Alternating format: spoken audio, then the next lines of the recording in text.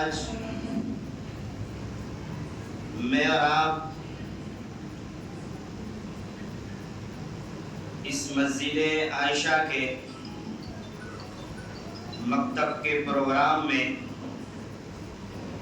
شب برات کی نسبت سے حاضر ہوئے ہیں۔ اللہ تعالی ہماری حاضری کو قبول فرمائے۔ ابھی الحمدللہ بچوں نے اپنی ننھی منی زبان سے، اپنے ٹوٹی پھوٹی زبان سے ہم تمام کے سامنے بڑی قیمتی اور بڑی بیش بہا باتیں انہوں نے ہمارے سامنے پیش فرمائی۔ دل کو بڑی مسرت ہوئی۔ اللہ تعالیٰ ان بچوں کو دونوں جہان میں ترقیات سے نوازے۔ اللہ تعالیٰ ان کو دین کا داعی بنائے، دین کا شہدائی بنائے۔ اللہ تعالیٰ انہیں موت تک ایمان پر، اخلاق پر، اعمال پر قائم رکھے۔ اور مزید یہ ہے کہ اللہ تعالیٰ ان بچوں کو پڑھانے والے اساتذہ کرام کی محنتوں کو بھی اپنے دربار میں قبول فرمائے، اور اللہ تعالیٰ ان کے عمروں میں برکت عطا فرمائے، اور اللہ تعالیٰ ان کے جائز مقاصد کو بھی پورا فرمائے۔ حضرات، اس وقت ہم لوگ جس نسبت سے جمع ہیں وہ شب برات کے نام سے ہم لوگ یہاں جمع ہیں۔ اللہ رب العزت کا یہ نظام ہے کہ اللہ رب العزت نے اپنے بندوں کو اپنی ذات سے قریب کرنے کے لیے بہت سارے دنوں کو، بہت سارے مہینوں کو، بہت سارے اوقات کو اللہ رب العزت نے بابرکت اور فضیلت والا بنایا ہے کہ بندہ ان زرین اوقات میں، ان قیمتی لمحات میں اپنی تھوڑی سی عبادت، اپنی تھوڑی سی ریاضت اور اپنی تھوڑی سی تلاوت اور ذکر و اذکار کے ذریعے اللہ رب العزت کے یہاں بڑا مقام پا سکتا ہے۔ اللہ رب العزت نے اپنے بندوں کو قریب کرنے کے لیے یہ موقع عطا کیے ہیں تاکہ بندہ کسی بہانے اللہ کی ذات سے قریب ہو، اللہ رب العزت کی رحمتوں سے اور اللہ تعالیٰ کی طرف سے ملنے والی رحمتوں سے، برکتوں سے، سعادتوں سے وہ مالا مال ہو۔ تو آج کی یہ جو رات ہے شب برات، یہ رات بھی اللہ تعالیٰ کی طرف سے مغفرت عطا کرنے والی اور اللہ تعالیٰ کی طرف سے رحمت اور بخشش عطا کرنے والی یہ رات ہے۔ میرے بھائیوں، ایک ہوتا ہے وقت کو گزارنا اور ایک ہوتا ہے وقت کو کامیاب بنانا۔ آج ایک ریلوے کی ڈیوٹی کرنے والا یا کسی گھر کی پہرے داری کرنے والا وہ پوری رات گزارتا ہے کسی بھی سہارے سے، یا تو موبائل دیکھ کر اپنی رات گزارے گا یا اور کوئی دوسری لغویات میں اپنے آپ کو مشغول رکھ کر کے وہ اپنا وقت گزارے گا۔ اور ایک شخص اللہ رب العزت کی رضا کو پانے کے لیے، اس کی خوشنودی کو حاصل کرنے کے لیے اور اپنی آخرت کو بنانے کے لیے اپنی رات کو سجدوں میں، رکوع میں اللہ کے قرآن کو پڑھتے ہوئے، اللہ کے نام کو بلند کرتے ہوئے اور اللہ کی پاکی کو بیان کرتے ہوئے اور اللہ کی حمد و ثنا کو بیان کرتے ہوئے گزارتا ہے، تو میرے بھائیوں ایسے افراد اللہ کے نزدیک بڑے معزز ہیں اور بڑے مکرم ہیں۔ تو ہم یہاں پر وقت گزاری کے لیے نہیں آئے، ہم یہاں پر اپنے وقت کو فائدہ مند بنانے کے لیے آئے ہیں۔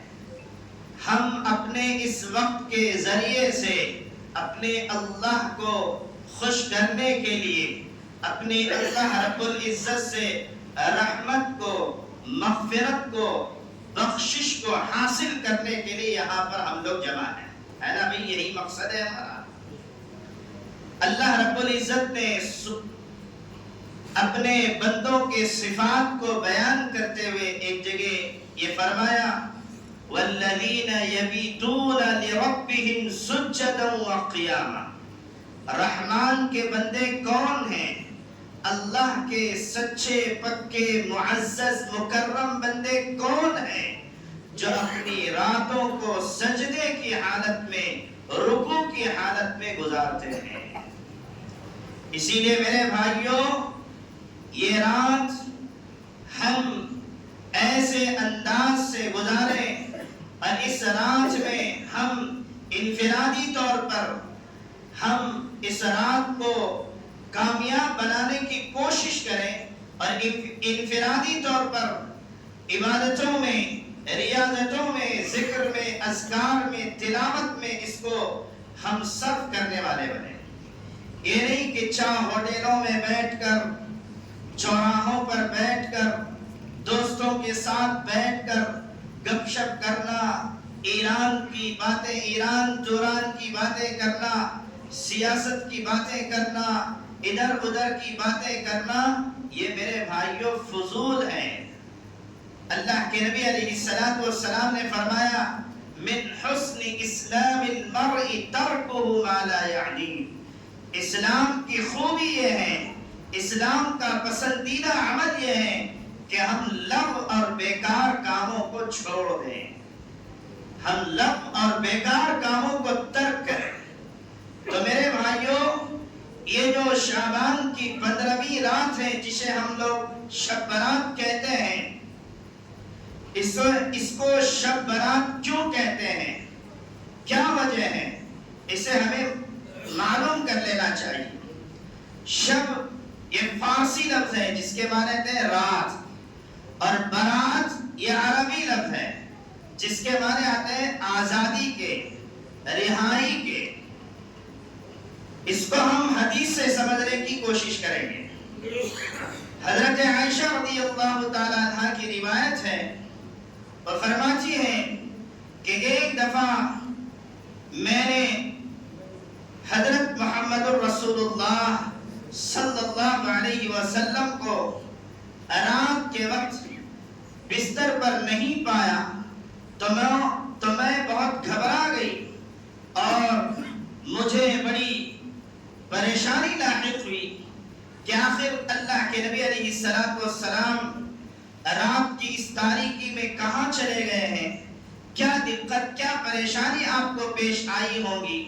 تو حضرت عائشہ رضی اللہ تعالی عنہ بیان کرتی ہیں کہ میں نے رات کے وقت اللہ کے نبی علیہ السلام کو بستر پر نہیں پایا تو میں حضور صلی اللہ علیہ وسلم کو ڈھونڈنے کے لیے نکل پڑی، تو دیکھا کہ میں حجرے سے جب باہر نکلی تو مسجد نبوی کے پاس جو قبرستان ہے جسے جنت البقیع کہا جاتا ہے، وہاں پر اللہ کے نبی علیہ السلام کو میں نے پایا، اور اللہ کے نبی علیہ السلام کو میں نے دیکھا کہ وہاں حضور صلی اللہ علیہ وسلم کھڑے ان قبرستان میں مدفون لوگوں کے لیے اللہ سے رحمت کی، بخشش کی اور مغفرت کی دعائیں کر رہے ہیں۔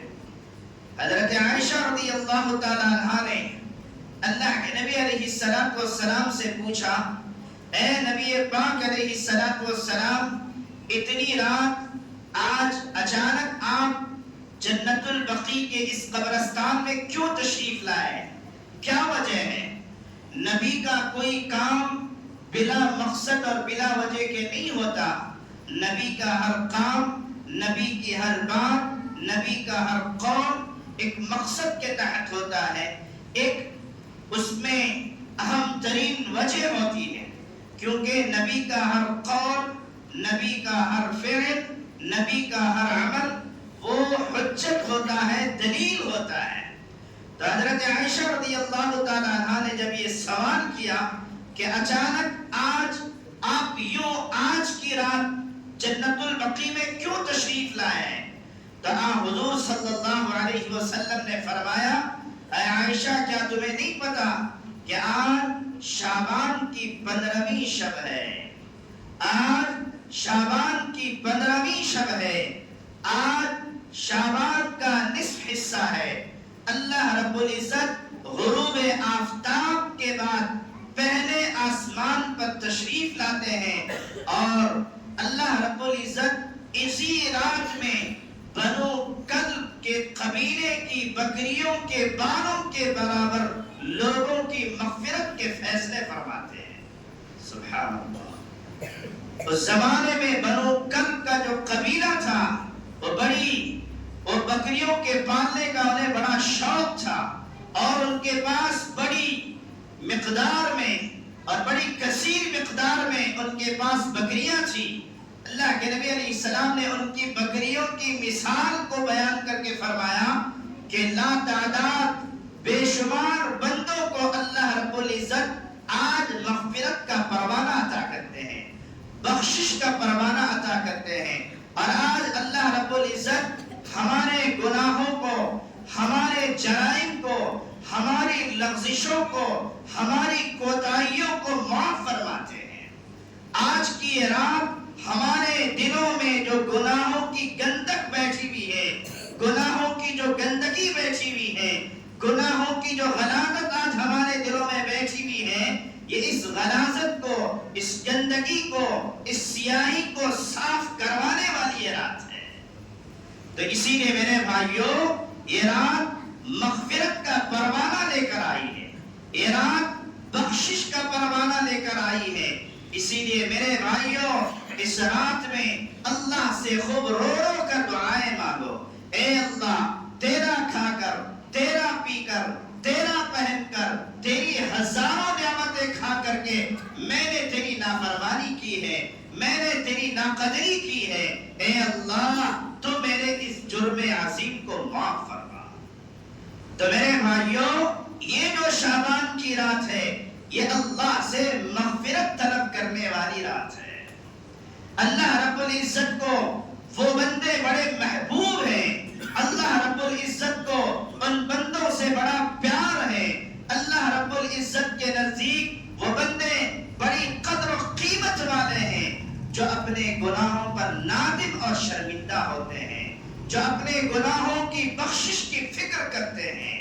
میرے بھائیوں، فی نفسی کسی انسان سے گناہ ہونا، کسی انسان سے غلطی کا ہونا یہ کوئی بری بات نہیں ہے، بلکہ میرے بھائیوں اللہ نے انسان کو یہ غلطیوں کا پتلا بنایا ہے، کیونکہ انسان نسیان سے بنا ہے، اور نسیان کے معنی آتے ہیں بھولنے کے، غلطی کرنے کے. الانسان مرکب بین الخطأ والنسیان، کہ انسان خطا سے اور بھول سے مرکب ہے. اس کے اندر اللہ تعالیٰ نے گناہ کرنے کا مادہ رکھا ہے. اس لیے میرے بھائیوں، گناہ ہونا کوئی بری بات نہیں. اللہ نے گناہ کرنے کا مادہ ہمارے دلوں میں رکھا ہے.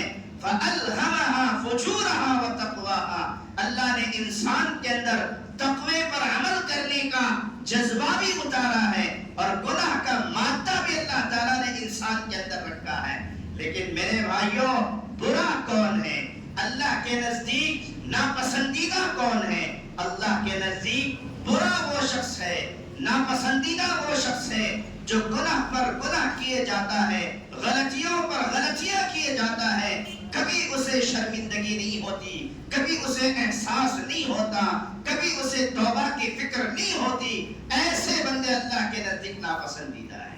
اللہ نے قرآن پاک میں صاف اعلان کیا ہے، ان اللہ یحب التوابین ویحب المتطہرین۔ اللہ کے نزدیک توبہ کرنے والے، اپنے گناہوں پر گڑگڑانے والے، اپنے گناہوں پر ہاتھ پسار کر اللہ کے آگے رونے والے اللہ کے نزدیک بڑے پسندیدہ ہیں۔ اور فرمایا التائب من الذنب کمن لا ذنب له، اپنے گناہوں سے توبہ کرنے والا، اپنے گناہوں پر شرمندگی کو ظاہر کرنے والا، اپنے گناہوں پر نادم اور شرمندہ ہونے والا ایسا ہے جیسے کہ اس نے کوئی گناہ کیا ہی نہیں تھا۔ اسی لیے میرے بھائیوں، توبہ کا مزاج بنائیے، توبہ کا مزاج بنائیے۔ جب بھی ہم سے کوئی گناہ ہو، جب بھی ہم سے کوئی خطا ہو، جب بھی ہم سے کوئی غلطی ہو، جب بھی ہماری ذات سے کوئی ایسا کام سرزد ہو جس کام سے میرا اللہ ناراض ہوتا ہے، جس کام سے ہم سب کا پیدا کرنے والا خالق اور مالک ناراض ہوتا ہے، فوراً اللہ کے آگے سجدے میں جھک جائیں اور اللہ سے کہیں، اے اللہ تو بڑا معاف کرنے والا ہے، تو بڑا معاف کرنے والا ہے، تو معافی کو پسند کرتا ہے۔ ان اللہ غفور رحیم، کہ اللہ کی ذات بڑی معاف کرنے والی، اللہ کی ذات بڑی رحم کرنے والی ہے۔ اس لیے میرے بھائیوں، اس رات کا سب سے پہلا کام اپنی مغفرت کی فکر کرنا، اپنے گناہوں کی بخشش کی فکر کرنا۔ کون کون کرے گا؟ کریں گے سب انشاءاللہ۔ دعا کر کے جاؤ اور 3 مرتبہ اس استغفار کو ضرور پڑھیں گے میں انشاءاللہ۔ حدیث میں آتا ہے، اللہ کے نبی علیہ السلام نے فرمایا، جو 3 مرتبہ اس استغفار کو سچے دل کے ساتھ، صدق دل کے ساتھ، سچی توبہ کی نیت سے پڑھتا ہے، فرمایا سمندر کے جھاگ کے برابر بھی اگر اس کے گناہ ہو تو اللہ معاف فرما دیتے ہیں۔ سبحان اللہ۔ وہ کون سا استغفار ہے؟ فرمایا استغفر اللہ الذی لا الہ الا هو الحی القیوم واتوب الیہ۔ جو اس استغفار کو 3 مرتبہ پڑھتا ہے، اللہ رب العزت سمندروں کے جھاگ کے برابر بھی اگر اس کے گناہ ہو، اللہ اسے معاف کرتے ہیں۔ کریں گے بھائی انشاءاللہ۔ آج دیکھیے، ہم میں سے کوئی اس بات کا دعویٰ نہیں کرتا کہ میں پاک ہوں، میں دودھ کا دھلا ہوں۔ میرے بھائیوں، سر کے بال سے لے کر پیر کے ناخن تک آج ہم گناہوں کی گندگی میں ڈوب چکے ہیں۔ آج میرے بھائیوں، ہماری گناہوں کی نحوست ہے، ہماری جرائم کی نحوست ہے، ہماری غلطیوں اور کوتاہیوں کی نحوست ہے، جس کی بنیاد پر آج ہماری مساجد پر حملے ہو رہے ہیں، آج ہمارے مدارس پر حملے ہو رہے ہیں، آج ناموس رسالت پر حملے ہو رہے ہیں، آج صحابیات پر حملے ہو رہے ہیں۔ آج میرے بھائیوں، دین کو مٹانے کی جو سازشیں دشمن کر رہا ہے اور دین سے متعلق جو بدگمانیاں پھیلانے کی جو آج دشمنان اسلام میں جو ہمت اور طاقت پیدا ہوئی ہے، اس کی سب سے بڑی وجہ ہمارے جرائم ہیں، ہماری غلطیاں ہیں، ہماری کوتاہیاں ہیں، ہماری گناہوں والی زندگی ہے، جس کی بنیاد پر آج ہمیں دن دیکھنا پڑ رہا ہے۔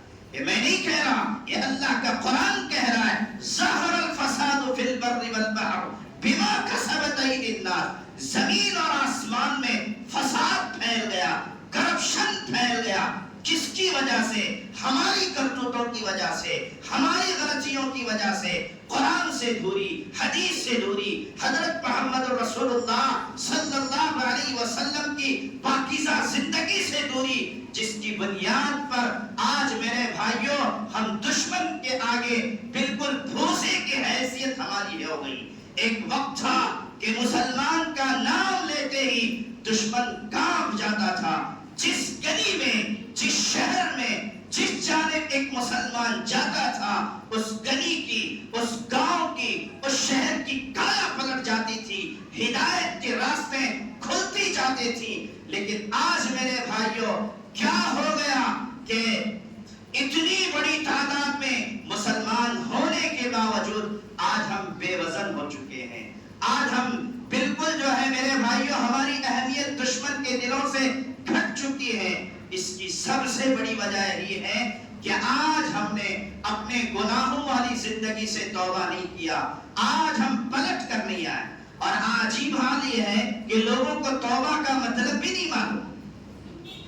ہم نے کیا سمجھ رکھا ہے؟ توبہ کے معنی گالوں پر ہاتھ مار لینا. توبہ کے معنی گال پر ہاتھ مار لینے کے آتے ہیں. توبہ میرے بھائیوں عربی لفظ ہے. تاب یتوب توبتن. اس کے معنی ہے الرجوع الی اللہ. اللہ کی طرف پلٹ آنے کا نام, اللہ کی طرف رجوع کرنے کا نام توبہ ہے. حضرت امام نووی رحمت اللہ علیہ نے اپنی کتاب ریاض الصالحین میں یہ بات لکھی ہے کہ توبہ 3 شرائط پر ہو تو اللہ کیا قبول ہے.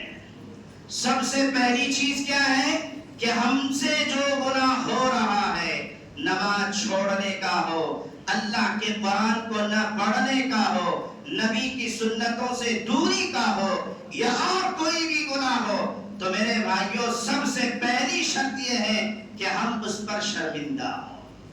ہم اس پر شرمندہ ہو, ہمارا دل اس پر جو ہے شرمندہ ہو. یہ توبہ کی سب سے پہلی اور بنیادی شرط ہے کہ ہم سے جو غلطیاں ہو رہی ہیں, ہم سے جو کوتاہیاں ہو رہی ہیں, اس پر ہمارا دل شرمندہ ہو. عجیب معاملہ ہو چکا ہے کہ آج زمانے میں لوگوں کو گناہ کر کے بھی خوشی مل رہی ہے. تو میرے بھائیوں یہ قیامت کی نشانی نہیں تو اور کیا ہے؟ اللہ کے نبی علیہ السلام نے جو ہے یہ بات پہلے ہی فرما دی تھی کہ ایک زمانہ آئے گا کہ لوگوں میں نیکی اور گناہ کا فرق مٹ جائے گا. اس لیے میرے بھائیوں توبہ کی پہلی شرط ہے کہ ہم دلوں میں ندامت پیدا کریں, اور دوسرا ہے کہ ہم یہ عزم کریں, یہ ارادہ کریں کہ کبھی اس گناہ کی طرف پلٹ کر نہیں جاؤں گا, کبھی اس گناہ کی طرف پلٹ کر نہیں جاؤں گا. اور تیسری ہے کہ اس گناہ کو فوری طور پر چھوڑ دیں. کہیں گے بھائی انشاءاللہ کوشش کریں گے انشاءاللہ, تو توبہ کی فکر کرو, اپنے آپ کو گناہوں سے بچانے کی فکر کرو. میرے بھائیوں یہ جو شعبان کا مہینہ ہے یہ بڑی برکتوں والا, فضیلتوں والا مہینہ ہے, اور اس مہینے کی اللہ کے نبی علیہ السلام کے یہاں بڑی قدر و قیمت تھی. حضور صلی اللہ علیہ وسلم رمضان المبارک کا جو انتظار فرماتے تھے وہ ماہ رجب سے ہی فرماتے تھے. حضور صلی اللہ علیہ وسلم جب رجب کا چاند دیکھتے تو دعا فرماتے, اللہم بارک لنا فی رجب و شعبان وبلغنا رمضان. اے اللہ تو رجب اور شعبان میں برکت عطا فرما اور ہمیں بسہولت بعافیت رمضان تک پہنچا دے. تو میرے بھائیوں رجب کا مہینہ تو ختم ہوا اور شعبان کا نصف اور آدھا مہینہ بھی ختم ہو گیا. اب ہمارے پاس اس کے 15 دن باقی ہیں. اس کی قدر و قیمت ہم جانیں, اور اس مہینے کو میرے بھائیوں ہم عبادتوں کے لیے, روزوں کے لیے, تلاوت کے لیے اور نفلی عبادات کے لیے فارغ کریں گے بھائی انشاءاللہ. حضرت عائشہ رضی اللہ تعالیٰ عنہ فرماتی ہیں کہ میں نے نبی کریم صلی اللہ علیہ وسلم کو کبھی کسی مہینے میں اتنے کثرت سے, اتنے زیادہ اہتمام سے روزے رکھتے ہوئے نہیں دیکھا سوائے رمضان کے. وہ کون سا مہینہ تھا؟ وہ شعبان کا مہینہ تھا, جس میں اللہ کے نبی علیہ السلام بڑے اہتمام کے ساتھ روزے رکھتے تھے, مکمل شعبان کے روزے آپ رکھتے تھے. اس لیے میرے بھائیوں یہ شعبان کا جو مہینہ ہے یہ رمضان کی تیاری کا مہینہ ہے کہ ہم اس میں رمضان کی تیاری کریں. کسی نے یہ بات بڑی اچھی لکھی ہے کہ رجب کا جو مہینہ ہے یہ زمین کو ہلکا کرنے کا, زمین کو جوتنے کا مہینہ ہے. مطلب یہ کہ اپنے آپ کو نیکیوں کے لیے تیار کرنے کا مہینہ ہے, اپنے آپ میں نیکیوں کے جذبات, نیکیوں کے ارادے پیدا کرنے کا مہینہ ہے. اور شعبان جو ہے اس کی پریکٹس کا مہینہ ہے کہ ہم اس میں خوب پریکٹس کریں, ہم اس میں اپنے آپ کو عادی بنائے روزے رکھنے کا، ہم اپنے آپ کو عادی بنائے لمبی لمبی رکعتیں پڑھنے کا، ہم اپنے آپ کو عادی بنائیں کہ آدھا گھنٹہ، پون گھنٹہ، 1 گھنٹہ اللہ کے ذکر میں اپنے آپ کو مشغول رکھنے کا۔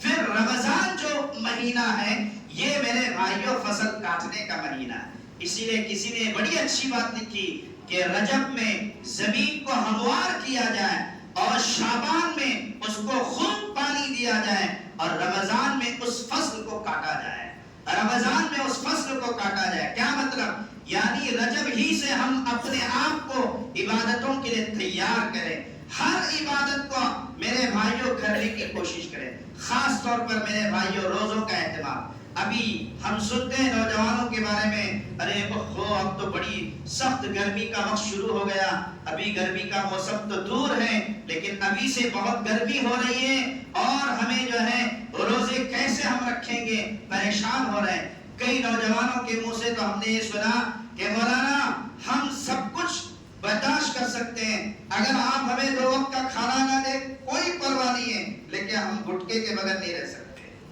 ہم ماوا کے بغیر نہیں رہ سکتے، ہم سگریٹ کے بغیر نہیں رہ سکتے، ہم جو ہے فلاں ہماری عادت ہے اس کے بغیر ہم نہیں رہ سکتے۔ میرے بھائیوں یہ بڑی دکھ کی بات ہے، یہ بڑے درد کی بات ہے کہ آج صرف اپنے نفس کے چونچلوں کے لیے رمضان میں جو عظیم عبادت روزے کی ہے اس کو ایک بڑی جماعت ترک کرتی ہے۔ اس لیے میرے بھائیوں کوشش کریں کہ ہم آنے والے رمضان میں ہمارے لیے روزے رکھنا آسان ہو، اس میں ہم کوشش کریں کہ 1-2 روزے ہفتے میں ہم رکھنے کی کوشش کریں گے بھائی انشاءاللہ۔ اللہ کے نبی علیہ السلام ایسے تو مکمل شعبان کے روزے رکھتے تھے، آپ کو میرے بھائیوں اگر مکمل شعبان کے روزے رکھنے کا اتنی طاقت نہیں ہے تو کم سے کم میرے بھائیوں ہر پیر اور جمعرات روزہ رکھیں۔ کیا رکھے بھائی؟ ہر پیر اور جمعرات۔ اللہ کے نبی علیہ السلام کی عادت شریفہ تھی کہ ہر ہفتے میں آپ 2 روزے رکھتے تھے، ہر ہفتے میں آپ 2 روزے رکھتے تھے، پیر اور جمعرات۔ اس میں بندوں کے اعمال اللہ کے یہاں پیش ہوتے ہیں۔ اگر یہ بھی طاقت نہیں ہے تو کم سے کم مہینے میں 3 روزے رکھیں، ایام 20 کے، کہ بھئی 13، 14، 15 کے، ان 3 روزوں کا تو اہتمام کریں تاکہ میرے بھائیوں یہ جو آنے والا رمضان ہے اس میں ہمارے لیے روزہ رکھنا آسان کریں گے بھئی انشاءاللہ۔ اس میں کوشش کرو۔ ابھی دیکھیے کہ میں نے شروع میں ایک آیت آپ لوگوں کے سامنے پڑھی، اس آیت میں اللہ رب العزت یہی کہہ رہے ہیں وَسَارِعُوا إِلَىٰ مَغْفِرَةٍ مِّن رَّبِّكُمْ وَجَنَّةٍ عَرْضُهَا السَّمَاوَاتُ وَالْأَرْضُ، کہ جلدی کرو اس مغفرت کی طرف جو اللہ کی طرف سے ملنے والی ہے، اور اس کے بدلے میں اللہ رب العزت آپ کو ایسی جنت دینے والا ہے جس کی چوڑائی آسمان اور زمین کے برابر ہے، جس کی چوڑائی آسمان اور زمین کے برابر ہے۔ وَسَارِعُوا إِلَىٰ مَغْفِرَةٍ مِّن رَّبِّكُمْ، تو اپنے رب کی طرف سے ملنے والی مغفرت کی طرف جلدی کرو۔ کیا مطلب؟ یعنی ایسے اعمال کی طرف جلدی کرو، ایسے کاموں کی طرف جلدی کرو جو اللہ کے یہاں ہمارے گناہوں کی بخشش کروانے والے ہیں۔ تو اعمال میں بلا شبہ روزہ بھی ایک بڑا اہم عمل ہے۔ آج میرے بھائیوں روزہ میں سمجھتا ہوں اس زمانے میں ایک بہت بڑا اہم ترین عمل ہے، یہ ایک اسلامی عمل بھی ہے۔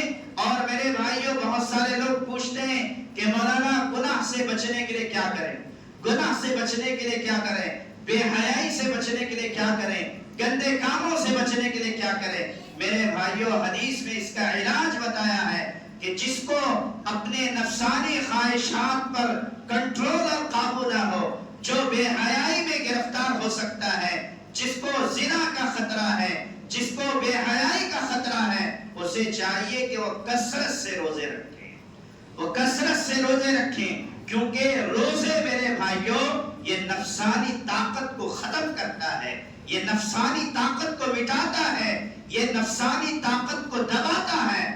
آج اس سلسلے میں بڑی کوتاہی ہے کہ جن لوگوں کو روزہ رکھنا ہے وہ لوگ روزہ رکھتے ہیں۔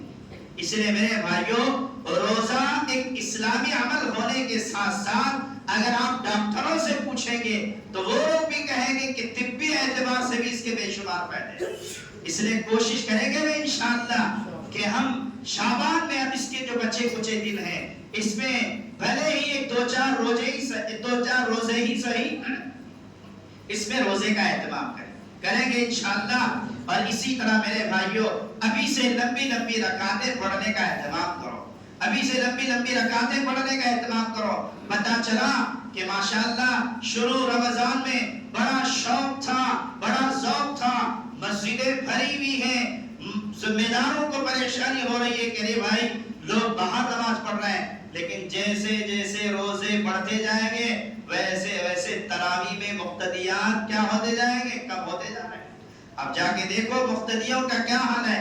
تراویح میں میرے بھائیوں اکثریت آپ کو ادھیڑ عمر والوں کی اور بڑی لمبی عمر والوں کی ملے گی اور بہت کم تعداد نوجوانوں کی ملتی ہے. اس لیے میرے بھائیوں تراویح کی مشق ابھی سے ہو کہ ہمارے جو نوافل ہیں نوافل میں ہم زیادہ ٹائم دیں, لمبا وقت اس میں لگائیں تاکہ تراویح میں کسی طرح کی سستی نہ ہو. میرے بھائیوں رمضان کی جو خصوصی عبادت ہے وہ تراویح ہے. رمضان کی جو خصوصی عبادت ہے وہ تراویح کا عمل ہے جس کو اللہ رب العزت نے جو ہے ہمارے لیے رکھا, جس کو کیا ہے اللہ رب العزت نے ہمارے لیے جو ہے رکھا ہے تاکہ ہم اس پر عمل کر کے اللہ کی رضا کو حاصل کریں. اس لیے میرے بھائیوں کوشش کرو, ارادے کرو کہ انشاءاللہ آنے والے رمضان کو میں کامیاب بناؤں گا, آنے والے رمضان کو میں اپنے حق میں بہتر بناؤں گا. میرے بھائیوں ذرا غور کرو گزشتہ سال ہمارے کتنے بھائی ہمارے ساتھ تھے, کتنے دوست ہمارے ساتھ تھے, کتنے رشتہ دار ہمارے ساتھ تھے. آج وہ ہمارے بیچ نہیں ہے, آج وہ ہمارے بیچ نہیں ہے. آج وہ قبروں میں سو رہے ہیں اور زبان حال سے کہہ رہے ہیں ربنا ابصرنا سمعنا فرجعنا نعمل صالحا. اے اللہ دیکھ لیا, سن لیا, برزخ کے عالم کو میں نے دیکھ لیا, جہنم کیا چیز ہے اسے بھی میں نے سمجھ لیا, منکر نکیر کیا ہے اسے بھی میں نے سمجھ لیا, ایک قبر کیا چیز ہے اسے بھی میں نے سمجھ لیا, جزا کیا ہے, سزا کیا ہے, انعام کیا ہے, عذاب کیا ہے, درد کیا ہے, تکلیف کیا ہے, ساری چیزیں اللہ میں نے دیکھ لی. اے اللہ ایک لمحے کے لیے دنیا میں بھیج دے, چند منٹوں کے لیے دنیا میں بھیج دے. اے اللہ جا کر خیر کروں گا, نیک اعمال کروں گا. اے اللہ کچھ لمحہ مجھے دنیا میں واپس لوٹا دے. اللہ کہیں گے لا تجعلوا اليوم انما تجزون ما کنتم تعملون. آج مت چلا, آج تیری کچھ نہیں سنی جائے گی, آج تو تیرے اعمال کے حساب سے تجھے بدلہ ملے گا. اس لیے میرے بھائیوں موقع کو غنیمت سمجھو, موقع کو غنیمت سمجھو. میں نے شروع میں حدیث پڑھی جس میں اللہ کے نبی علیہ السلام نے یہی بات کہی اغتنم خمسا قبل خمس. پانچ چیزوں کے آنے سے پہلے غنیمت جانو. پانچ چیزوں کے آنے سے پہلے غنیمت جانو. فرمایا شبابک قبل حرامک, شبابک قبل حرامک. اپنی جوانی کو غنیمت جانو بڑھاپے سے پہلے. آج دیکھو میرے بھائیوں ایک بڑی تعداد ایسی ہے جو میرے بھائیوں اللہ کے آگے جھک نہیں سکتی, اللہ کے آگے رکوع نہیں کر سکتی, کرسیوں پر بیٹھ کر نماز پڑھ رہی ہے. آج ہمارے گھٹنوں میں میرے بھائیوں طاقت ہے, آج ہمارے کمر میں طاقت ہے, آج ہمارے پٹھے مضبوط ہیں, آج ہمارے جسم کے جوڑ مضبوط ہیں. ہم اللہ کے آگے لمبے لمبے سجدے کر سکتے ہیں, ہم اللہ کے آگے لمبی لمبی رکعتیں پڑھ سکتے ہیں. اس لیے میرے بھائیوں جوانی کی قدر کر لو, جوانی کو غلط کاموں میں استعمال مت کرو. اس جوانی کی ہم قدر کریں گے تو میرے بھائیوں ہمارا بڑھاپا تابناک ہوگا, ہمارا بڑھاپا بڑا روشن ہوگا, ہماری پیڑھیاں بڑی روشن ہوگی, اس کی برکتیں پورے خاندان میں منتقل ہوگی. اگر ہماری جوانی غلط کاموں میں صرف ہو گئی, اگر ہمارا یہ دور شباب غلط کاموں میں موج مستی میں صرف ہو گیا, اللہ معاف کرے پھر ہماری نسلیں ہمیں معاف نہیں کرے گی, ہماری پیڑھیاں ہمیں معاف نہیں کرے گی. میرے بھائیوں ذرا اندازہ کرو اگر اللہ ہمارے مرنے کے بعد ہمارے بیوی کے سامنے, ہمارے بچوں کے سامنے, ہمارے دوستوں کے سامنے, ہمارے نواسے اور پوتوں کے سامنے ہماری راتوں والی بے حیائی کو کھول کر اگر اللہ تعالیٰ نقشہ دکھا دے تو کیا حال ہوگا. بھائیوں اللہ کے یہاں سب کیمرے لگے ہوئے ہیں. آج دنیا کا کیمرہ ٹیکنیکل خرابی کا شکار ہو سکتا ہے. آپ کے کیمرے میں بیٹری ختم ہو گئی، کیمرہ بند ہو جائے گا. آپ کے کسی بھی کیمرے میں وائر کی کوئی سیٹنگ گڑبڑ ہو گئی، کیمرہ بند ہو جائے گا. لیکن اللہ نے ایسے کیمرے لگائے ہیں وہ ہر لمحہ ہر حال میں چل رہے ہیں، اور آپ جو کچھ کر رہے ہیں وہ سب اللہ کے نوٹ ہو رہا ہے، وہ سب اللہ کے نوٹ ہو رہا ہے. ہم جس جگہ گناہ کر رہے ہیں وہ جگہ بھی اللہ کے یہاں گواہی دے گی. ہم جس آسمان کے تلے گناہ کر رہے ہیں وہ آسمان بھی اللہ کے یہاں گواہی دے گا. اس لیے میرے بھائیوں سورہ زلزال میں اللہ نے اس کو بیان کیا ہے، یومئذ تحدث اخبارہا، جس دن زمین رپورٹنگ کرے گی، جس دن زمین کہے گی اے اللہ یہ بندہ تیرا کھا کر، تیرا پی کر، تیرا پہن کر، تیری ہزارہ نعمتیں کھا کر تیری نافرمانی کرتا تھا، تیری ناشکری کرتا تھا. اس نے تو نے اسے بے شمار موقع عطا کیے، کبھی شب برات دی، کبھی شب قدر دیا، کبھی طاقتیں تو نے اسے دی، کبھی تو نے عبادت کے مواقع سے میسر کیے. لیکن اے اللہ اس نے ناقدری کی، اس نے اپنی جوانی کو برباد کیا. اس لیے میں نوجوانوں سے دست بستہ عرض کرتا ہوں، ہاتھ جوڑ کر عرض کرتا ہوں، میرے بھائیوں جوانی میں کی گئی عبادتیں یہ ہمارے حق میں بھی مفید ہے، ہماری نسلوں کے لیے بھی مفید ہے، ہماری نسلوں کے لیے بھی مفید ہے. اللہ رب العزت کل 7 لوگوں کو اپنے عرش کا سایہ دیں گے. کتنے لوگوں کو؟ 7 لوگوں کو اپنے عرش کا سایہ دیں گے، جس میں سے میرے بھائیوں ایک شخص کون ہے؟ وَرَجُلٌ شَابٌ نَشَأَ فِي عِبَادَةِ اللَّهِ عَزَّ وَجَلَّ، وہ نوجوان جس نے اپنی جوانی اللہ کی عبادت میں گزاری، جس نے نوجوانی اللہ کی عبادت میں گزاری ہو. میرے بھائیوں کوشش تو کرو اپنی تنہائیوں کو پاک کرو، اپنی تنہائیوں کو پاک کرو. میں یہ بات بارہا کہتا ہوں، آج بھی اس رنگم پیٹ کے شہر میں کہہ رہا ہوں کہ میرے بھائیوں میرا کرتا پاک ہے، میری ٹوپی پاک ہے، میرا جبہ پاک ہے، میری صدری پاک ہے، میری ہر چیز پاک ہے. لیکن کیا میرے بھائیوں میری آنکھ گناہ سے پاک ہے؟ کیا میرا دل و دماغ گناہ سے پاک ہے؟ کیا میری تنہائی گناہوں سے پاک ہے؟ کیا میری تنہائی بے حیائی میں ملوث نہیں ہے؟ میرے بھائیوں کبھی اپنے نفس سے سوال کریں، کبھی اپنے نفس سے سوال کریں. اس لیے میرے بھائیوں اس وقت سب سے بڑا المیہ یہ ہے کہ گھر فلمی اڈے بن چکے ہیں، بے حیائی کے اڈے بن چکے ہیں. آج گھروں میں جو صبح ہوتی ہے وہ فلمی گانوں سے ہوتی ہے. مجھے معاف کیجئے، آج جو اسکول کے بالکل جو فنکشن ہو رہے ہیں اینول گیدرنگ کے نام سے، اس میں بچیوں کو نچوایا جاتا ہے، بے حیائی کے گانوں پر بچوں سے ڈانس کروایا جاتا ہے. کہاں کس نے جواز دیا؟ میرے بھائیوں آپ بچہ سمجھ کر، بچی سمجھ کر اسے اسٹیج پر نچوا رہے ہیں، اسے اسٹیج پر اس سے ٹھمکے لگوا رہے ہیں. اللہ کیا پوچھ ہوگی، اللہ کیا پوچھ ہوگی. اسلام میں کسی کے لیے نچوانا جائز نہیں، نہ بالغ کے لیے جائز ہے، نہ نابالغ کے لیے جائز ہے، نہ بچے کے لیے، نہ جوان کے لیے، نہ بوڑھے کے لیے، کسی کے لیے جائز نہیں. لیکن آپ جا کے دیکھو اسکولوں میں کیا بے حیائی ہو رہی ہے، کیا بے حیائی ہو رہی ہے. اس لیے میرے بھائیوں ان کو صحیح رخ دینے کے لیے یہ مکاتب قائم کیے گئے. یہ مکاتب کیوں؟ اس میں کیا سکھایا جاتا ہے؟ اس میں اللہ کیا ہے، اللہ کے احکامات کیا ہیں، رسول کیا ہے، رسول کی تعلیمات کیا ہے، یہی چیز تو اس میں سکھائی جاتی ہے، یا یہی چیز تو سکھائی جاتی ہے. اگر آپ کا بچہ یہاں قرآن پڑھ رہا ہے، حدیث پڑھ رہا ہے، حضرت فاطمہ الزہرا کی سیرت بھی پڑھ رہی ہے، اگر وہی بچی جا کر اسکول کے اسٹیج پر ناچ گانا کر رہی ہے تو پھر میرے بھائیوں آپ کی مکتب کی تعلیم کا کیا فائدہ؟ اسی لیے میرے بھائیوں ایک صاحب نے بڑی اچھی بات لکھی، آج دیندار ہر ایک دکھنا چاہتا ہے لیکن دیندار کوئی بننا نہیں چاہتا ہے نا بھائی. دیندار ہر ایک دکھنا چاہتا ہے، میری داڑھی ماشاءاللہ اچھی ہو، میری ٹوپی اچھی ہو، میرا جبہ اچھا ہو، میرا عطر اچھا ہو، میرا عمامہ اچھا ہو، میری خوشبو اچھی ہو، میری ہر چیز اچھی ہو. دکھنا چاہیے کہ میں مسلمانی ہوں، دکھنا چاہیے کہ میں کیا ہوں، میں ایمان والا ہوں، لیکن میرے بھائیوں کیا حقیقت میں ہم ایمان والے ہیں؟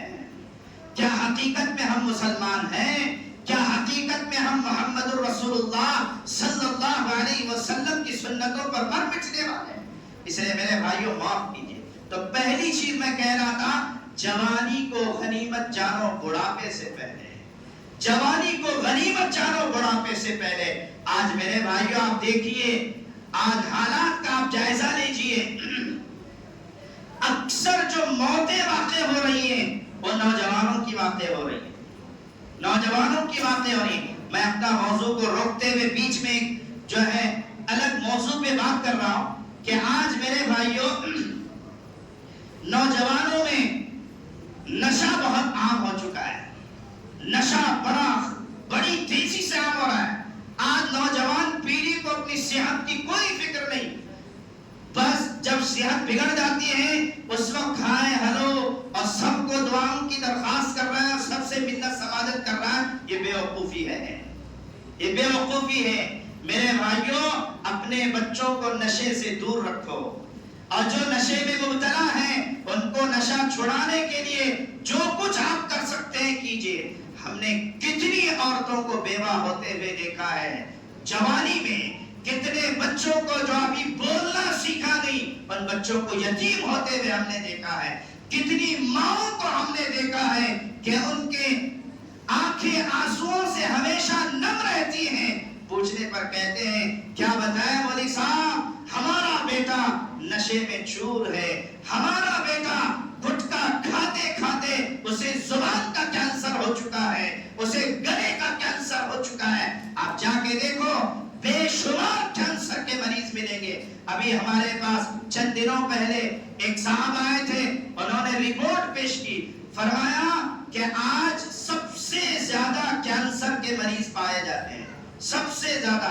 آپ جا کے دیکھو، کسی کو زبان کا کینسر، کسی کو گلے کا کینسر، کسی کو پیٹ کا کینسر، کسی کو دانتوں کا کینسر۔ یہ سب کیوں ہے؟ آج ہم ایسی چیزیں استعمال کر رہے ہیں جو ہماری باڈی کو خراب کر رہے ہیں۔ اللہ تعالیٰ کے ہاں اس کی پوچھ ہوگی، اللہ کے ہاں اس کی پوچھ ہوگی۔ اس لیے اللہ کے بندو اپنے جسموں کی فکر کرو، اپنی صحت کی فکر کرو۔ اگر ہماری صحت ہے تو سب کچھ ہے، ہم اللہ کو راضی بھی کر سکتے ہیں، شریعت پر چل بھی سکتے ہیں۔ اگر یوں ہی ختم ہو جائیں گے تو کیا ہوگا؟ ابھی گزشتہ 1 مہینے پہلے ایک جنازے میں مجھے جانا ہوا۔ میرے بھائیوں اس بچے کی عمر ہی کیا تھی؟ 29 سال کا نوجوان تھا۔ کتنے سال کا؟ 29 سال کا نوجوان تھا، مر گیا۔ کس کی وجہ سے؟ کینسر کی وجہ سے۔ اس کی نئی نویلی دلہن رو رہی تھی اس کے جنازے سے لپٹ کر کے، اس کا باپ لپٹ کر کے رو رہا تھا، اس کا بھائی لپٹ کر کے رو رہا تھا۔ اس کے گھر کو دیکھ کر کے میرے آنکھوں میں آنسو آ گئے۔ اس کا گھر چھپر کا ہے، اس کے گھر میں میرے بھائیوں وہ بیچاری نئی نویلی دلہن کی عزت محفوظ رہے گی کہ نہیں رہے گی، اللہ کو معلوم۔ یہ حال ہو رہا ہے میرے بھائیوں۔ آج ہمارے جو دعوت کے ساتھی ہیں ان کی یہ فکر یہ بھی ہونی چاہیے کہ جہاں بھی نشہ ہوتا ہے اس کے لیے کوششیں کرو، محنتیں کرو، ایسے نوجوانوں کو پکڑو، ایسے نوجوانوں کو سمجھاؤ۔ ان کو سمجھا کر کے میرے بھائیوں ایسے ڈاکٹروں کے پاس لے جاؤ جو نشہ چھڑانے کی دوائیں بھی دیتے ہیں، کہیں گے انشاءاللہ اس کی کوشش کریں۔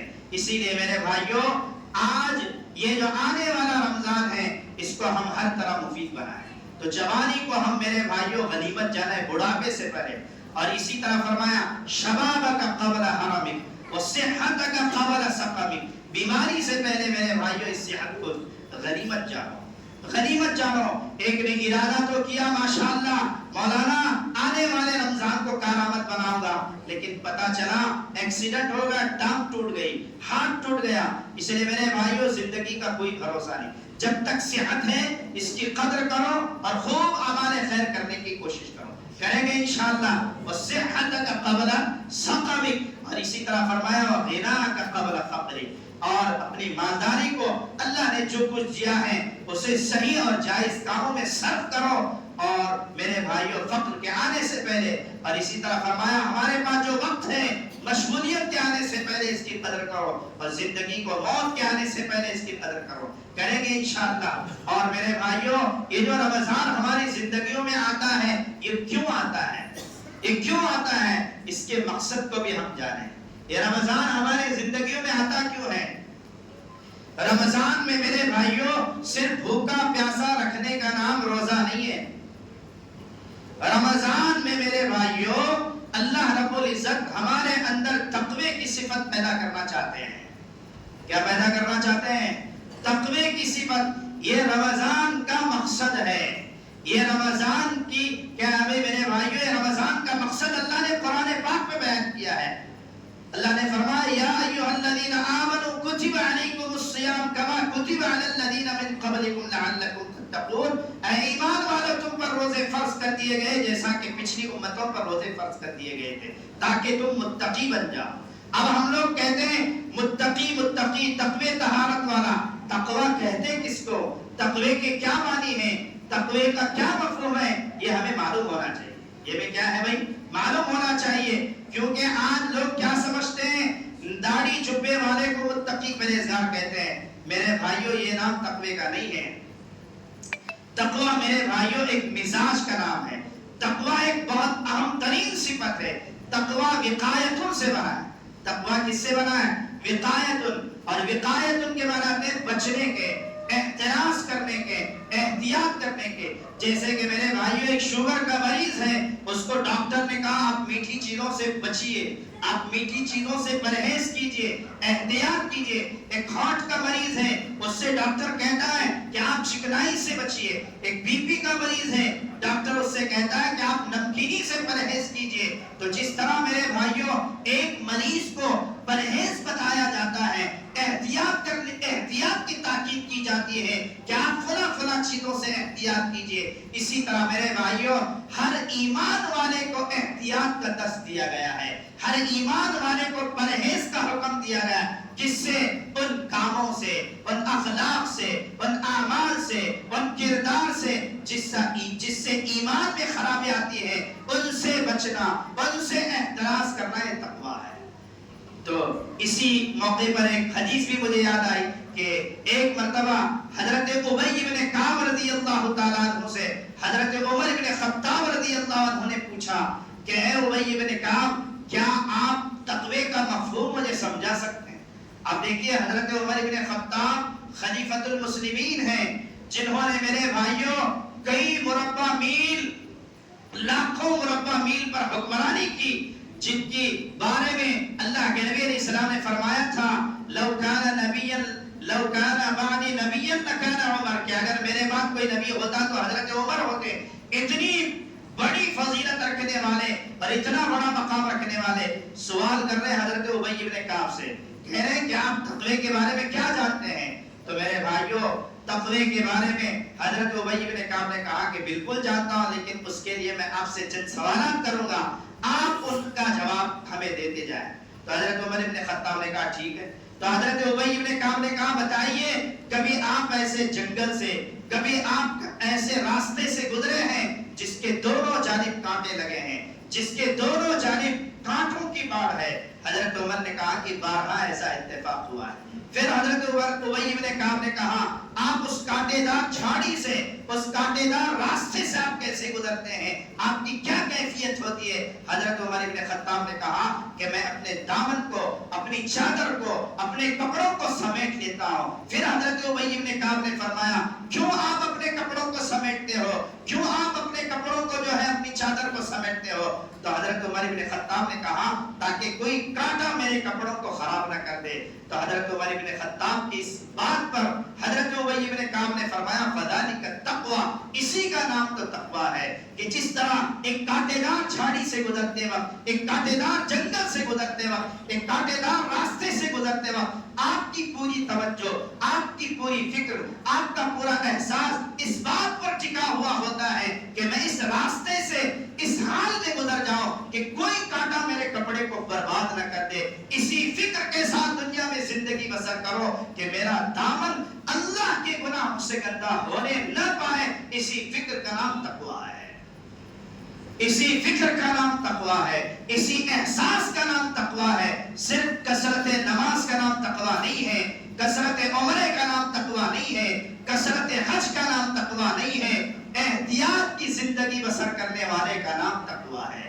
میرے بھائیوں، اگر کوئی نماز پڑھ رہا ہے لیکن حرام کا لقمہ اس کے پیٹ میں ہے، حرام کا لباس پہن کر نماز پڑھ رہا ہے، فرمایا اس کی نماز اس کے سر سے اوپر بھی نہیں جائے گی، اس کے سر کے اوپر بھی نہیں جائے گی۔ کسی نے بڑی اچھی بات لکھی ہے، دنیا میں ظالم بن کر لوگوں کو اپنے گھر کے چکر کٹواتا ہے اور اللہ کے گھر جا کر عمرے میں کعبے کے طواف کے چکر کاٹتا ہے، یاد رکھ یہ کعبے کے طواف کے چکر بھی اللہ کیا تجھے نہیں بخشوائیں گے جو تو ظلم کے ذریعے سے لوگوں کے چکر کٹوا رہا ہے۔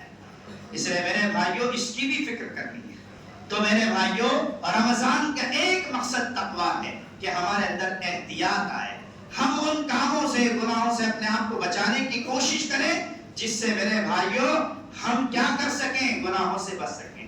حضرت علی بن ابی طالب رضی اللہ عنہ نے ایک جگہ تقوی کی بڑی دل نشین تشریح فرمائی ہے۔ حضرت علی رضی اللہ عنہ نے فرمایا تقویٰ 4 چیزوں کا نام ہے۔ تقویٰ کتنے چیزوں کا نام ہے بھائی؟ 4 چیزوں کا نام ہے۔ سنیں گے نا انشاءاللہ؟ سب لوگ تیار ہیں نا؟ کیا بات سمجھ میں آ رہی کہ نہیں آ رہی ہماری؟ تو حضرت علی نے فرمایا کہ 4 چیزوں کا نام تقویٰ ہے۔ فرمایا الخوف من الجلیل، اللہ رب العزت کا خوف، اللہ رب العزت کا ڈر، اللہ رب العزت کی خشیت کا نام تقویٰ ہے۔ ہم جہاں کہیں رہیں اللہ سے ڈریں، ہم تنہائی میں ہو اللہ سے ڈریں، ہم بھیڑ میں ہو اللہ سے ڈریں، ہم گھر میں ہو اللہ سے ڈریں، ہم آفس میں ہو اللہ سے ڈریں، ہم مسجد میں ہو اللہ سے ڈریں، ہم سفر میں ہو اللہ سے ڈریں، ہم حضر میں ہو اللہ سے ڈریں، ہر حال میں ہم اللہ سے ڈریں۔ اس لیے کہ میرے بھائیوں، اللہ کے ڈر کے بعد ہی ایک ولی ولی بن سکتا ہے، ایک نبی نبی بن سکتا ہے، ایک صحابی صحابی بن سکتا ہے۔ اللہ کے بغیر کوئی، میرے بھائیوں، اللہ کے ڈر کے بغیر کسی نیکی پر عمل کرنا بھی آسان نہیں اور کسی گناہ سے بچنا بھی آسان نہیں۔ جب تک اللہ کا ڈر نہیں تب تک میرے بھائیوں کسی نیکی پر عمل کرنا بھی مشکل، کسی گناہ سے بچنا بھی مشکل۔ تو حضرت علی نے فرمایا کہ اللہ کا ڈر یہ تقویٰ ہے، الخوف من الجلیل، اور اسی طرح فرمایا والعمل بالتنزیل، والعمل بالتنزیل، قرآن پاک نے جو ہمیں دیا ہے، جو قرآن نے حلال کیا اسے حلال جانو، جو قرآن نے حرام کیا اسے حرام جانو، قرآن نے جو راستہ بتایا اسے اپناؤ، قرآن نے جن گناہوں سے بچنے کے لیے کہا ہے ان سے بچو، والعمل بالتنزیل، قرآن پر عمل کرو۔ اور اسی طرح فرمایا والقناعۃ بالیسیر، اللہ نے جتنا دیا ہے اس پر ہمیشہ راضی رہو۔ بٹی کے ذریعے سے قرض نکال کر کے میرے بھائیوں اپنی زندگی کو نرم مت بناؤ۔ ایک صاحب کو ہم نے دیکھا کہ اس نے تقریباً 85 لاکھ قرض کیا اور گھر سے غائب ہو گیا۔ کیوں؟ قرض دار لوگوں نے پریشان کر دیا۔ آج جا کے دیکھو، لوگ اچھے گھر ہونے کے باوجود بڑے بڑے قرض بٹی سے نکال رہے ہیں، سود پر نکال رہے ہیں۔ اللہ معاف کرے، اللہ معاف کرے میرے بھائیوں، سود سے بچو، سود سب سے بڑا گناہ ہے۔ اللہ رب العزت نے فرمایا اگر کوئی مجھ سے جنگ کرنا چاہتا ہے تو سود کھائے۔ سود کھانا ایسا ہے جیسے اللہ سے جنگ بول لینا۔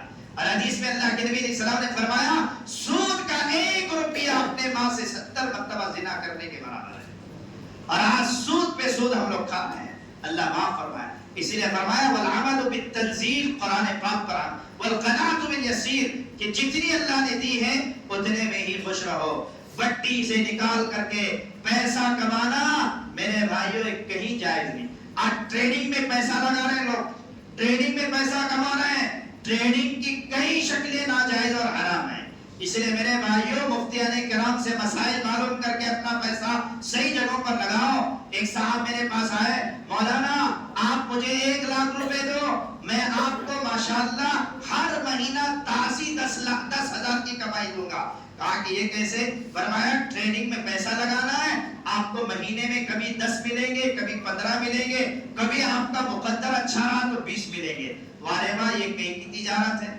اس لیے میرے بھائی اس طرح کی تجارت جائز نہیں ہے. تجارت کے اصول ہیں. سب سے پہلے یہ ہے کہ ہم جس سے تجارت کر رہے ہیں اور جس چیز پر تجارت کر رہے ہیں وہ سامان ہمارے پاس حاضر ہو، وہ سامان ہمارے پر حاضر ہو، اور اسی طرح اس کا نفع اور نقصان بھی ہمیں معلوم ہو، اور وہ مال ہمارے قبضے میں ہو.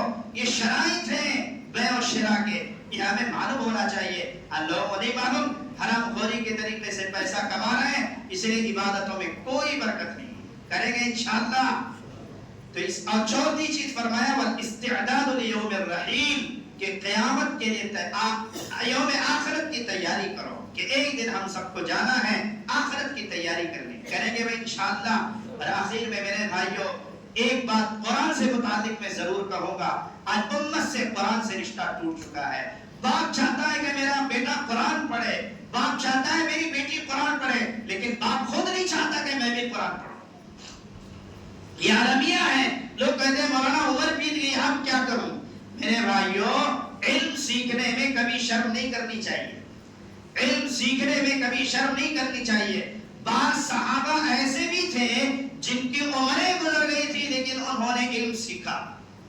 انہوں نے علم سیکھا، قرآن سیکھا، مسائل کا علم سیکھا، اللہ کے رسول کی خدمت میں جا کر سیکھا، صحابہ کی خدمت میں جا کر کے سیکھا. ابھی دارالعلوم دیوبند وقت میں ایک ڈاکٹر جو ہے عالم بنے. ان کی عمر کتنی تھی پتہ ہے آپ کو؟ ان کی عمر میرے بھائیوں 65 سے آگے تھی، اور وہ طلبہ کے ساتھ بیٹھ کر کے عالمیت کا کورس کر رہے تھے. ابھی چند دن پہلے میں نے ان کا ویڈیو دیکھا. وہ ڈاکٹر ہیں اور ماشاءاللہ ماہر سرجن ہیں. ان کو ہم نے دیکھا کہ وہ پوری داڑھی سفید ہے، کہیں ایک بال بھی کالا نہیں ملے گا، کہیں ایک بال بھی کالا نہیں ملے گا. ان کی عمر 65 سے آگے تھی اور الحمدللہ عالمیت کا کورس انہوں نے مکمل کیا. اپنے ڈاکٹری کرتے ہیں. میرے بھائیوں سب سیکھ سکتے ہیں. ہر مسلمان کو قرآن پڑھنا آنا چاہیے، قرآن سمجھنا آنا چاہیے. کیونکہ میرے بھائیوں یہ غلط فہمی ہے. یہ قرآن پڑھنا، تراویح پڑھانا، یہ سب مولانا صاحب کا، حافظ جی کا کام ہے. یہ خام خیالی اپنے دماغوں سے نکالو. ایک خام خیالی اپنے دماغوں سے نکالو. آپ علماء سے جا کے پوچھو. ہر مسلمان کو چاہے وہ بالغ ہو، نابالغ ہو، مرد ہو، عورت ہو، بچہ ہو، جوان ہو، بوڑھا ہو، سب کو تجوید کے ساتھ قرآن پڑھنا فرض عین ہے، ضروری ہے، لازم ہے. ہم نماز پڑھ رہے ہیں لیکن ہماری نماز ہی قبول نہیں، تجوید کے ساتھ ہم پڑھ نہیں رہے. اس لیے میرے بھائیوں قرآن کو درست کرو، قرآن کو پڑھنے والے بنو. قرآن کی تلاوت میرے بھائیوں اللہ کے یہاں بڑی محبوب ہے. قرآن جو پڑھتا ہے اسے میرے بھائیوں 4 انعامات ملتے ہیں. فرمایا خیرکم من تعلم القرآن وعلمہ. قرآن جو پڑھتا ہے، پڑھاتا ہے، وہ اللہ اس کے رسول کی نگاہ میں محبوب بن جاتا ہے. ارے بولو بھائی، اللہ اس کے رسول کی نگاہ میں محبوب بننا ہے نہیں بننا ہے؟ کسے بننا ہے؟ ہاتھ اٹھاؤ. بننا ہے نہیں بننا ہے؟ بنیں گے انشاءاللہ. اللہ قبول کرے. یہ جو رمضان کا مہینہ آ رہا، رمضان کی پہچان قرآن سے ہے. رمضان کی پہچان کس سے ہے؟ قرآن سے. رمضان میں ہی قرآن اتارنا شروع کیا گیا اور رمضان کی سب سے مقدس رات شب قدر میں اس کو مکمل کیا گیا. شب قدر میں اس کو مکمل کیا گیا. آج امت کی گمراہی کا سب سے بڑا سبب قرآن سے دوری ہے. قرآن سے دوری ہے. جس کو پوچھو قرآن پڑھنے کے لیے اس کے پاس وقت نہیں ہے. جس کو پوچھو اس کے پاس قرآن پڑھنے کے لیے وقت نہیں ہے. حضرت شیخ الحدیث زکریا رحمۃ اللہ علیہ کے سوالے جا کے آپ پڑھیے. ان کا پورا گھرانہ حافظ قرآن تھا. ان کی گھر کی عورتیں، مرد، بچے، بوڑھے، جوان سب حافظ تھے. خود حضرت شیخ الحدیث زکریا رحمۃ اللہ علیہ کے بارے میں آتا ہے کہ انہوں نے 9 سال کی عمر میں قرآن پاک کو مکمل حفظ کر لیا اور ان کے گھر میں معمول تھا کہ روزانہ ناشتے سے پہلے فجر کے بعد اتنے پارے تلاوت کرنا ہے تو کرنا ہی ہے. اور ان کی عورتیں میرے بھائیوں رمضان میں اپنے گھر کا کام کاج کر کے بھی میرے بھائیوں وہ پورے رمضان میں 3 قرآن ختم کرتی تھی. اور آج ہمارا حال یہ ہے کہ رمضان میں روزہ رکھے تو کیا ہوا کہ مسجد کی کمیٹی پر احسان رکھے کہ آ کے سو جاتا ہے.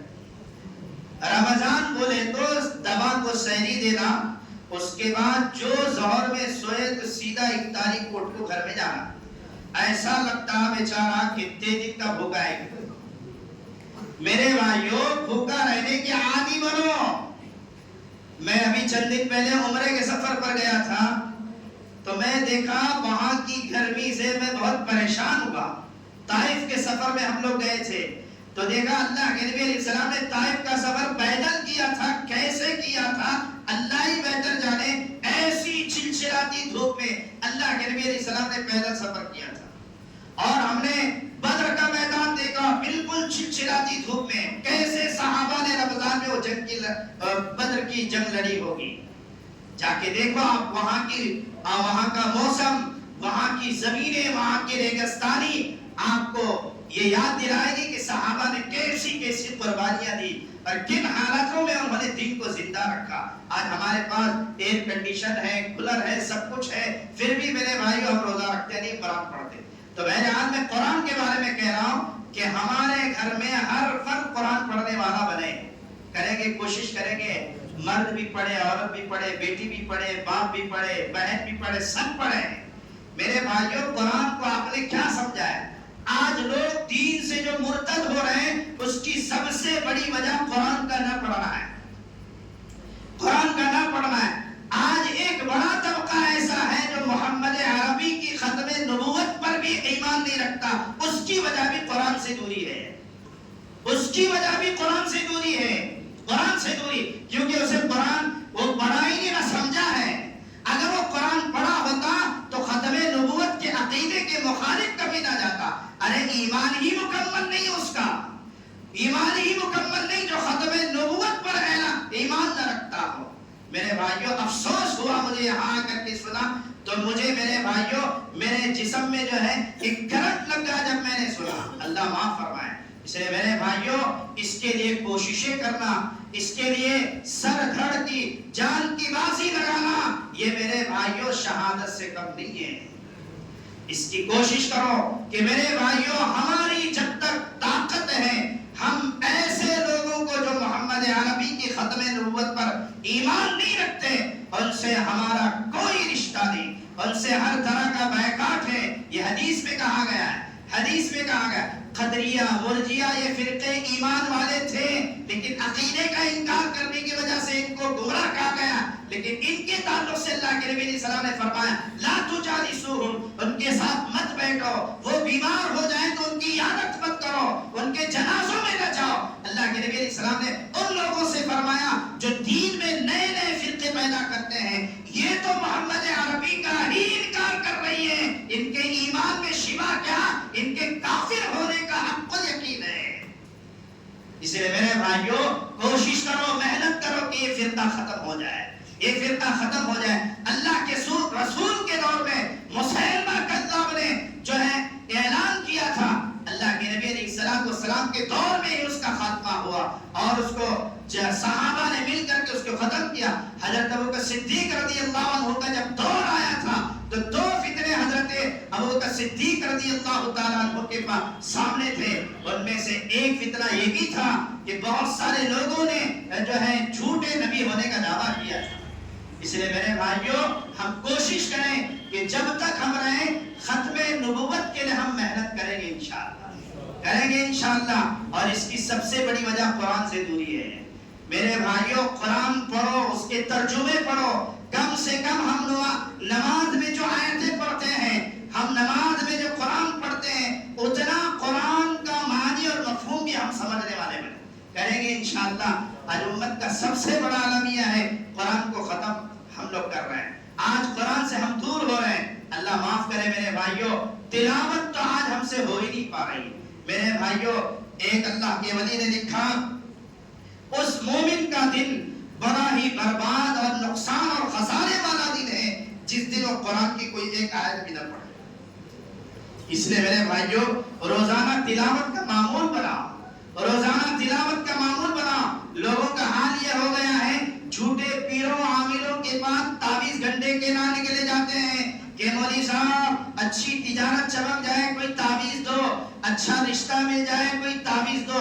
ارے اللہ اللہ کے بندو جس کے گھر میں قرآن پاک کی تلاوت پابندی سے ہوتی ہے وہاں کبھی تعویذ گھنٹے نہیں چلتے.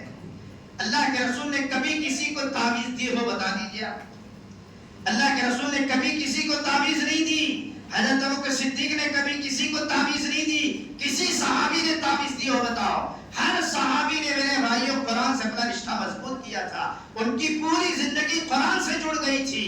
من قرأ سورۃ یاسین فی صدر النہار قضیت حوائجہ، کہ جو سورہ یاسین پڑھتا ہے دن کے ابتدائی حصے میں اس کی ساری ضروریات پورے ہوتے ہیں. اور جو سورہ واقعہ پڑھتا ہے اسے کبھی فقر و فاقہ نہیں ہوگا. اور جو سورہ فاتحہ اپنے گھر میں پڑھتا ہے کبھی مہلک بیماری کا شکار نہیں ہوگا. اور میرے بھائیوں کئی ایسی صورتیں ہیں جس میں اللہ رب العزت نے کئی بیماریوں کا علاج چھپا رکھا ہے.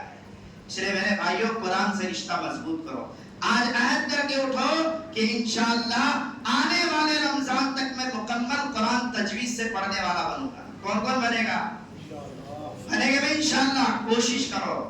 آج دیکھو آپ کے پاس علماء ہیں، حفاظ ہیں، مفتیان کرام ہیں، دینی ادارے ہیں، سب کچھ ہیں. صحابہ کے زمانے میں میرے بھائیوں قرآن پرنٹ میں نہیں تھا. اس کو اچھے صفحات میں مرتب نہیں کیا گیا تھا. کسی ہڈی میں، کسی بڑے پتھر میں، کسی دیوار پر لکھا ہوا تھا. صحابہ وہ نسخے جمع کرتے تھے، اسے یاد کرتے تھے، اسے جمع کرتے تھے، اسے یاد کرتے تھے. آج میرے بھائیوں اچھی پرنٹنگ میں ہمارے پاس قرآن موجود ہے، ہم اس کو پڑھنے والے نہیں بن رہے، ہم اس کو سیکھنے والے نہیں بن رہے. حدیث میں آتا ہے جو قرآن پڑھتا ہے اس کو میں دعا مانگنے والوں سے زیادہ دیتا ہوں، دعا مانگنے والوں سے زیادہ دیتا ہوں، نفلی عبادت کرنے والوں سے زیادہ اسے ثواب میں دیتا ہوں. اس لیے میرے بھائیوں کوشش کرو یہ رمضان ہم انشاءاللہ کوشش کریں گے کہ قرآن سیکھیں گے اور گھر میں ماحول بنائیں گے. کریں گے بھائی انشاءاللہ. بس یہ چند باتیں اللہ نے میرے دماغ میں ڈالی. اللہ تعالیٰ میرے آنے کو یہاں قبول فرمائے. ابھی جو باتیں کہی گئی ہیں اللہ تعالیٰ اس پر مجھے اور آپ تمام کو عمل کرنے کی اللہ تعالیٰ توفیق عطا فرمائے. میں بڑا ممنون ہی مشکور ہوں یہاں کے ذمہ داروں کا کہ انہوں نے مجھے یہاں بلا کر کے کچھ کہنے کا موقع دیا. اللہ تعالیٰ ان کی خدمات کو قبول فرمائے. اللہ تعالیٰ ان کو ہر طرح سے اللہ تعالیٰ ان کی مدد فرمائے. اور یہاں جو مکتب میں بچے پڑھ رہے ہیں اللہ تعالیٰ ان کو دین کا داعی، دین کا شہدائی بنائے. اللہ تعالیٰ ہر اعتبار سے ان کی بھی مدد فرمائے. اور جتنے سامعین آئے ہیں اللہ تعالیٰ انہیں بھی صحیح ایمان نصیب فرمائے، عمل صالح کی اللہ تعالیٰ انہیں بھی توفیق نصیب فرمائے. وآخر دعوانا الحمدللہ رب العالمین.